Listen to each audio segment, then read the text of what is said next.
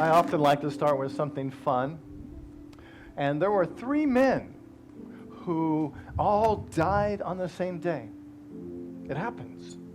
And they went up to the pearly gates, and guess who they saw there? St. Peter. And St. Peter came out and he says, I have one question to ask the 3 of you.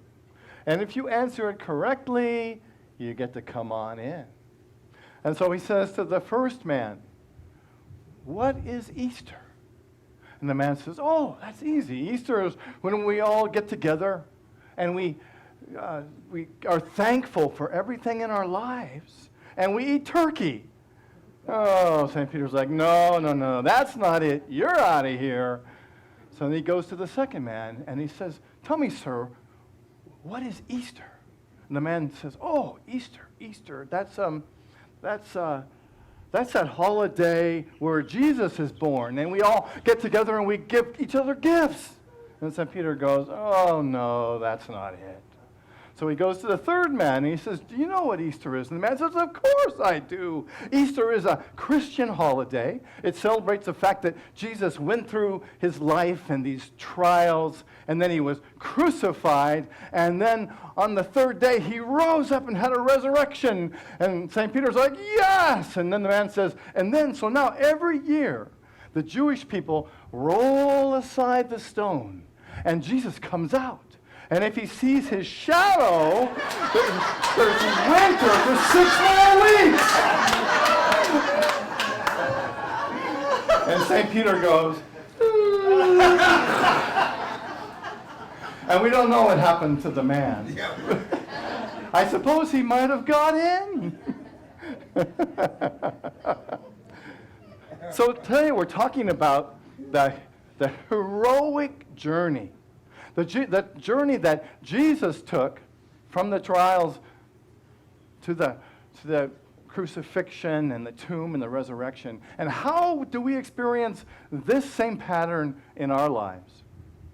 I want to tell you about a friend of mine, and her name is Linda. And Linda had a great job.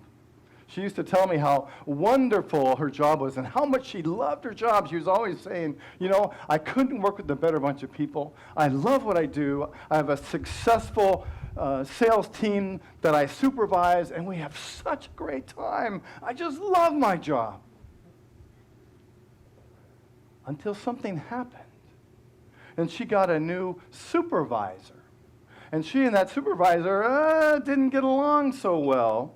And Linda started not to like her job. She became disenchanted with it. And she started to feel that something is changing. Something is shifting. I'm not enjoying this job so much anymore. And she was called in one day and fired and let go. On that day, at that time, Linda entered the heroic journey. Joseph Campbell said, a hero ventures forth from the world of the common day into a region of supernatural wonder. Fabulous forces are encountered, and a decisive victory is won. The hero comes back from this mysterious adventure with the power to bestow blessings on humankind. We all embark on the hero's journey. And we don't just do it once in our lifetime. It's not just a journey, a hike that we take one time. It happens over and over again. It's the same journey that Jesus took. And his last few days of his life and his resurrection model for us this heroic journey. And you're probably familiar with the work of Joseph Campbell, yes? Remember, he he wrote the book titled Hero's Journey. And what he did was he researched different cultures through different times, and he discovered that there is a common archetypal pattern or journey that we all go through. And it's so common to us that we find it in books, and we find it in movies. We found it in Harry Potter and the Wizard of Oz, and in George Lucas' Star Wars. And it's interesting because this pattern is so provocative to us because we recognize it, and I believe that's why we like these books and these movies, because it's our story. And we recognize that it's our story, and something in us livens up and says, wow, yeah, I get this. And so what I hope we get from this message today is that you are able to recognize the heroic journey when you're on it. And in that very recognition, we're able to say, oh, that's what's happening. That's why I'm feeling this way. That's what's going on with me. And we can hang in there and tap into the presence of God that is within us and everywhere in the universe and move through this journey. Linda's like us. She's experienced this heroic journey many times in her life. And so we're just looking at one little example. And the first stage of the heroic journey is life is ordinary. Life is moving on, yeah? Linda experienced it when her job was great. She loved her job. And then something happened. Something changed. And that's where she entered into the second phase of the heroic journey, which is the call to adventure. Isn't that great? Ever been called to adventure? It's like, something shakes up, something changes, and we go, oh, it's time, oh, things aren't happening the way that they always have. I get to change the way that I do things. Yippee! Isn't that great? Can you say, yippee?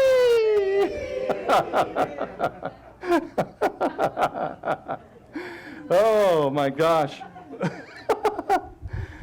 So when things start to change, that's when we enter into, or the entry point to the heroic journey. Linda says, I was afraid. I was devastated. I felt betrayed. I didn't understand why things had turned so bad for me. I loved my job. I worked so hard. I poured my heart and my soul into this job. How can this happen? And this is where she enters the third phase of the heroic journey. And I call this the refusal of the call. It's like when somebody calls you on your cell phone and you're doing something and you're like, oh no, don't want to talk to this person right now. Put it away, yeah? It's where we say, I am not ready to face the fear. I'm not ready to face the change. I'm not ready to face the challenge that's up for me. I find the change comes about, and we can relish it, or maybe not so much, yeah? Seems like, doesn't change get easier as you get older? Not so much, yeah. Okay, well, that's what we're hoping that we can learn from this, is to know that change is happening, and it's like, okay, change is happening. I can take a deep breath, and I can continue to move forward. Linda says, my self-confidence dropped. I found myself bewildered, angry, depressed, and stuck. She said, my self-esteem fell right to the floor. I was depressed. I felt worthless. I felt confused. I felt disoriented, and I didn't know where to turn. Ever feel that way? Yeah. She felt a deep sense of betrayal by the company that she had loved so much, the Fortune 500 company that she had devoted her life and work to. And in a moment, they fired her. And then she went out and tried to find another job right away. And she says, everywhere that I went, I felt judged. I was honest with them. I told them, yeah, I was fired from my last job. And she says, I couldn't find a job. It felt to me like everybody was judging me based on my past experience, even though she says, I really didn't do anything wrong. Ever had that happen to you? You feel judged when you're just hanging in there doing the best that you possibly can. This is the fourth phase of the journey, the trial and the crucifixion. She said, I went on endless interviews, but it was very difficult to get hired for another management position because I felt worthless. I felt like I was going to die. She said, I felt so frustrated that I couldn't find a job. And then a friend said, Linda, why don't you take a meditation class?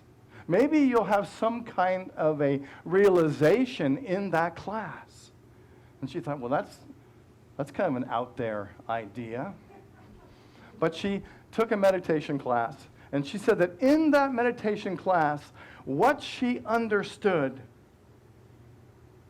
that the reason that she didn't find a job was because she didn't believe in herself. She didn't have faith in herself. She didn't think that she was available or worthy of that job.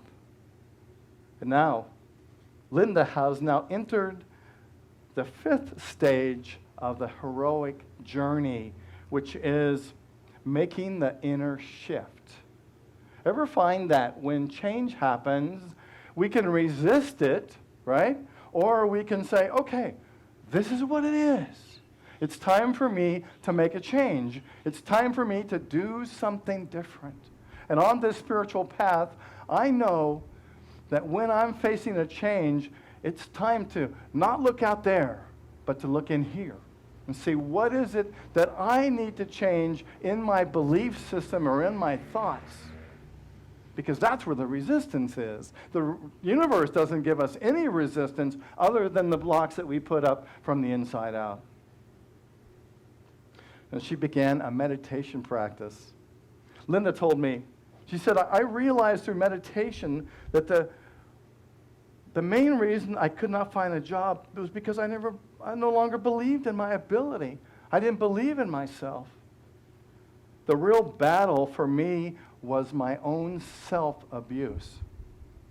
The real obstacle for me was the abuse that I was feeding myself.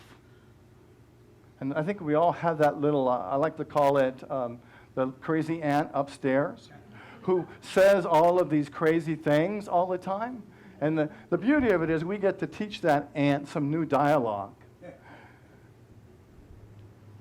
And she says, I couldn't let go of my failures. I couldn't let go of my shame. I couldn't let go of every mistake I had ever made. Does that voice ever remind you of all of those things? I had a negative self-inventory that was relentless. That was the battle I was facing. I was facing my anger, my sadness, my sorrow, my shame, my pain, and they were all there. It wasn't safe for me to walk the streets of my mind.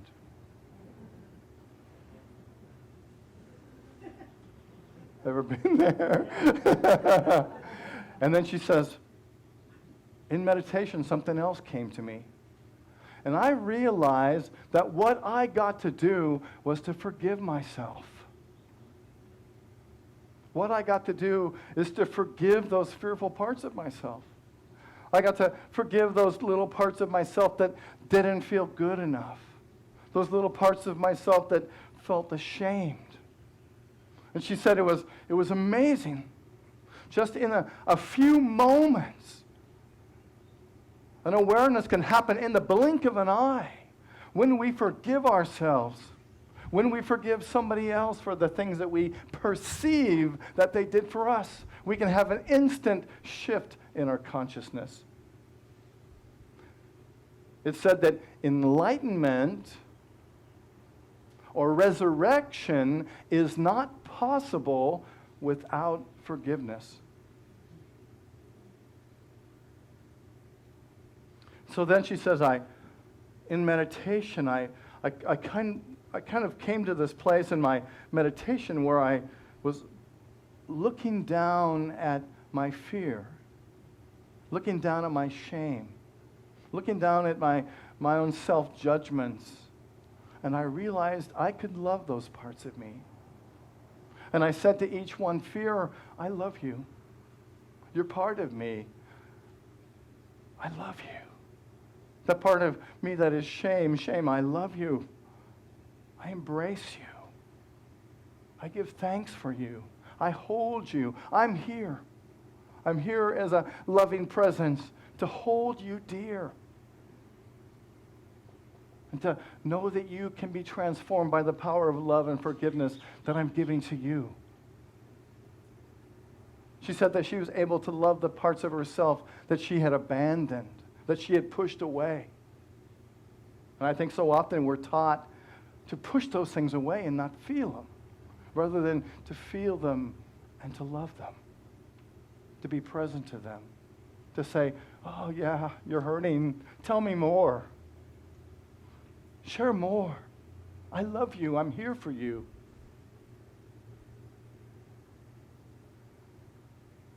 Linda said, I've been looking for me in all the wrong places. And what I learned was not to look out here for me, but to look in here for me. The sixth phase of the heroic journey is the resurrection and the gift. The resurrection and the gift. Linda says, finally, I went out and looking for a job, and I had this confidence. And I was able to find a management position that was full of joy for me. I paid more. I got more satisfaction from this job than any job I'd ever had before.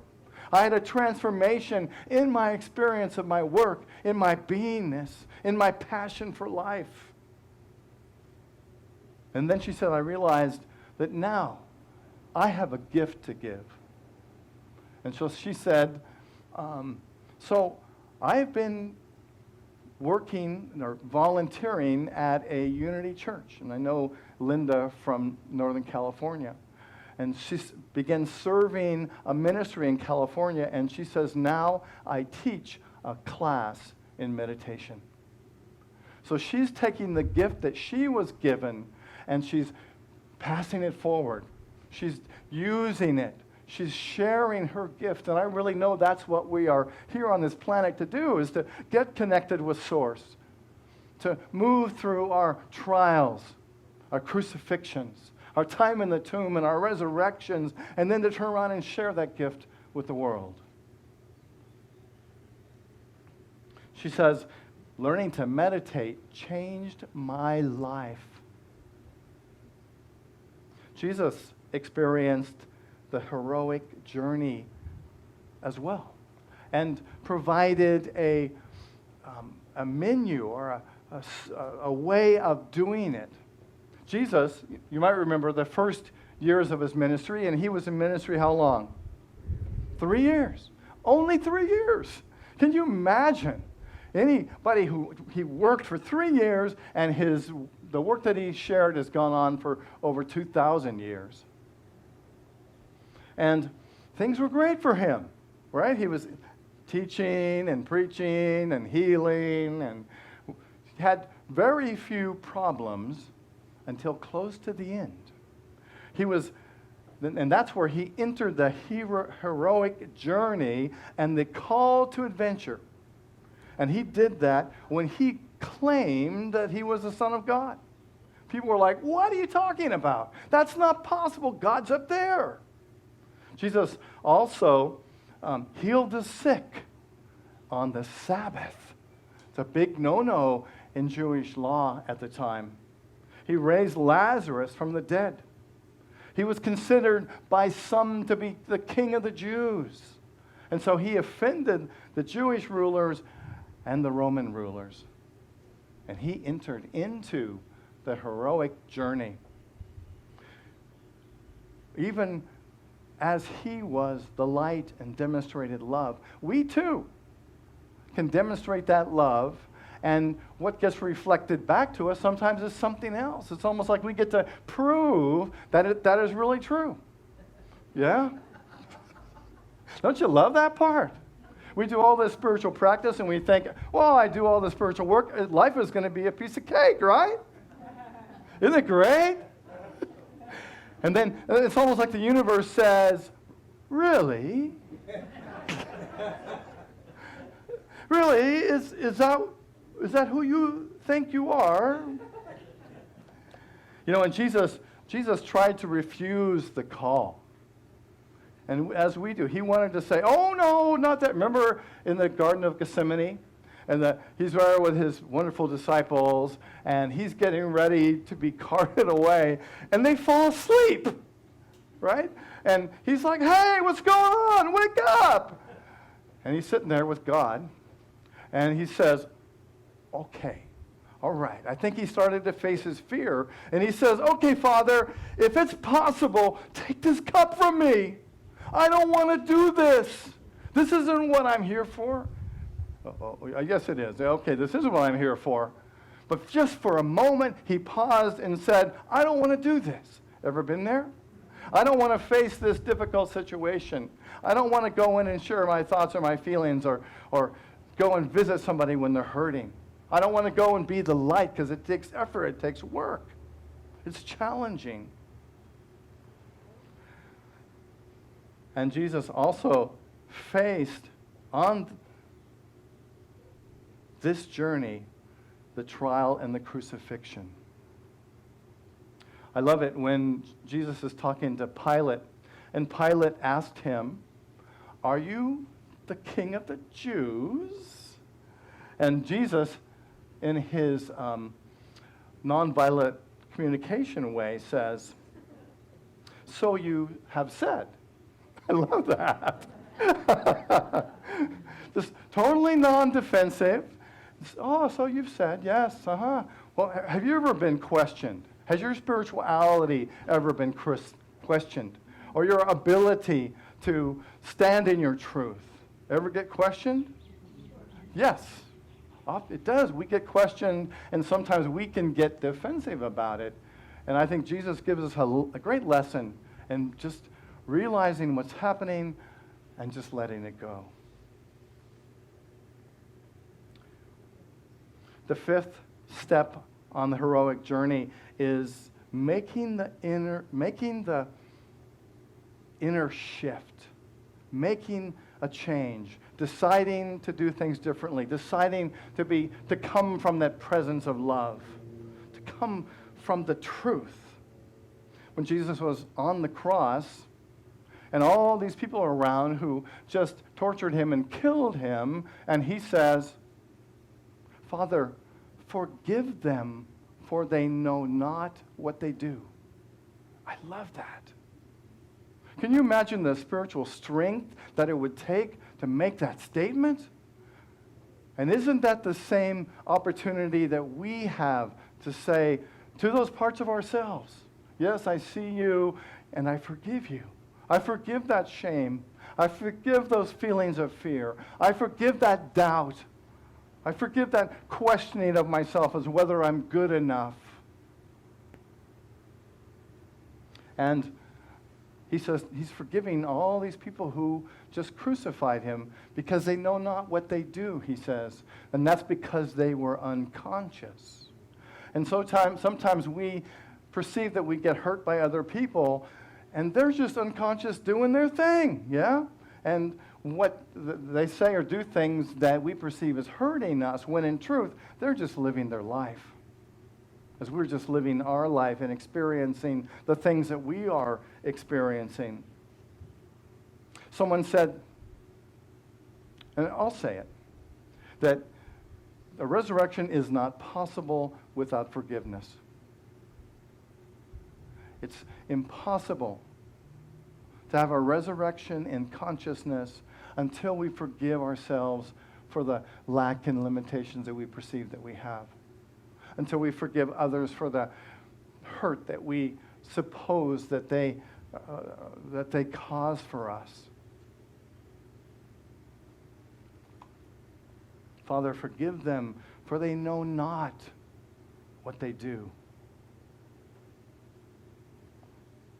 And the sixth phase of the heroic journey for Jesus and for us is the resurrection. It's to come to a place where we've forgiven ourselves, where we've forgiven others, where we've been able to rise above the limited thinking that we had in the past, that got us into the trial and the crucifixion, and let those error beliefs go. And then to take the truth that we learned in that journey and then gift that gift and give it back to the world. Because that's what we're here for.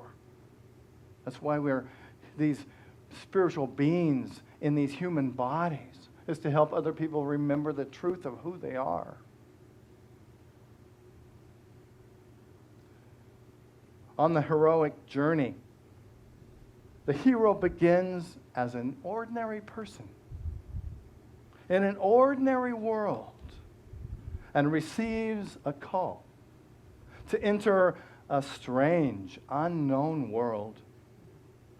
If he or she accepts the call, he must face tasks and obstacles.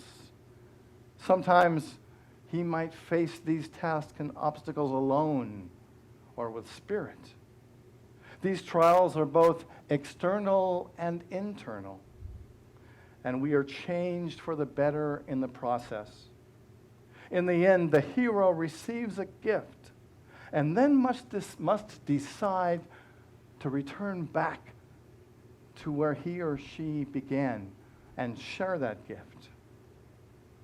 Joseph Campbell said, "It's by going down into the abyss that we recover the treasures of life. Where you stumble, there is your treasure." The Christ Spirit is alive in me, and I go forth to share it with the world. Let's say that together.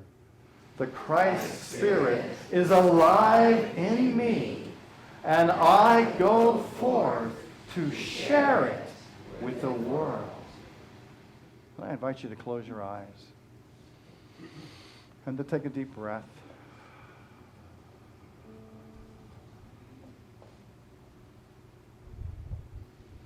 And to bring your attention to your breath, breathing in and breathing out.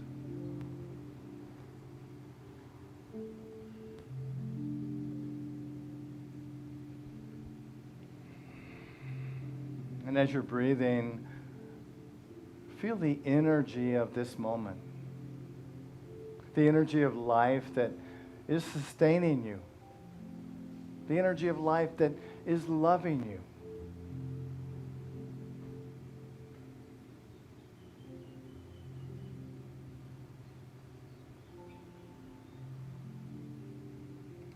The energy of life that is active in every cell and every space, every tissue, every thought, every feeling.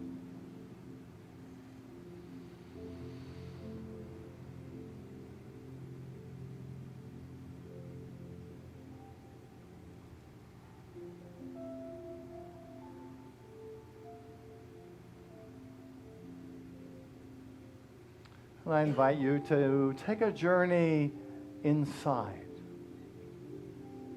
To imagine that you can bring your awareness into your heart.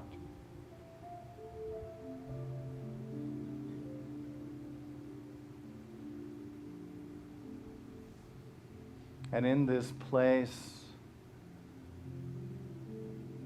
recognize that you are the presence of God.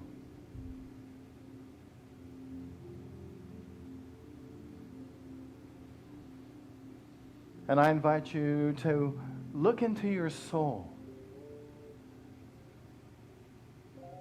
and to see if there might be some orphaned thoughts or feelings or beliefs that you have about yourself. Perhaps not feeling worthy. Perhaps not feeling good enough. Perhaps feeling some fear about your health, about your life.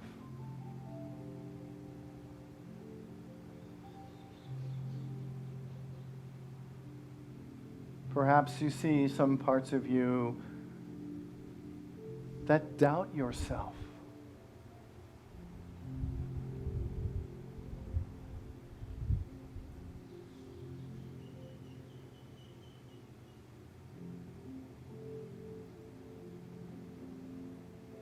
And to these thoughts you say, I love you.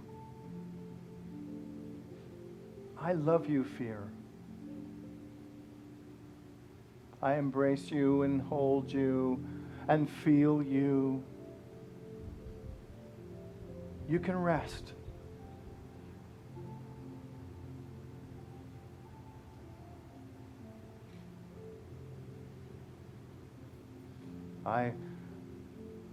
I see you doubt,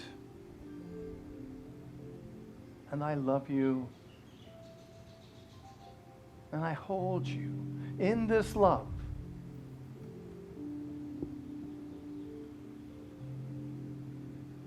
I'm here for you.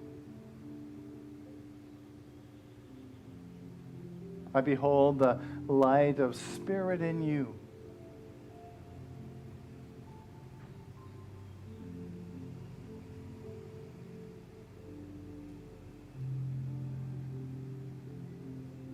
To that part of you that perhaps feels abandoned, unworthy.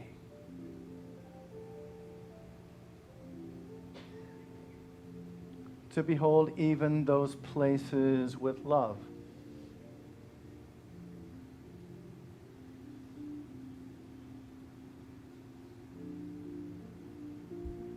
You are one with me, and I feel the pain. And I'm holding this pain with love.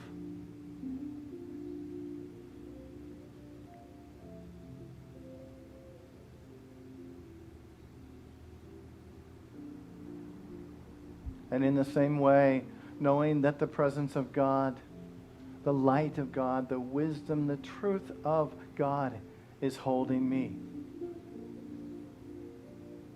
One heart, one mind, one presence.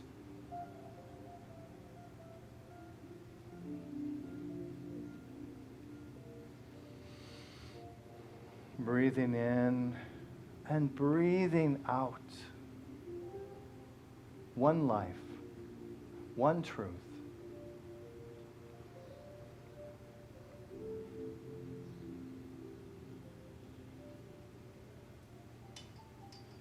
Thank you, loving Spirit. We know that right in this moment, the healing power of Spirit is moving through every cell, every space, every tissue, every thought, every feeling. We know that this is indeed a day of resurrection. A day of the promises and the example that Jesus Christ made. We know that we are whole and complete, filled with this love, filled with the gift of peace and of joy, filled with the transformation of mind, body, and spirit, and dedicated to sharing this gift with the world. And know that is happening right now.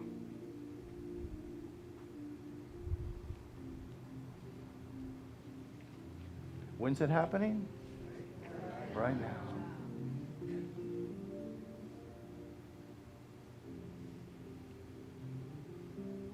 I invite you to begin to bring your awareness back to this moment.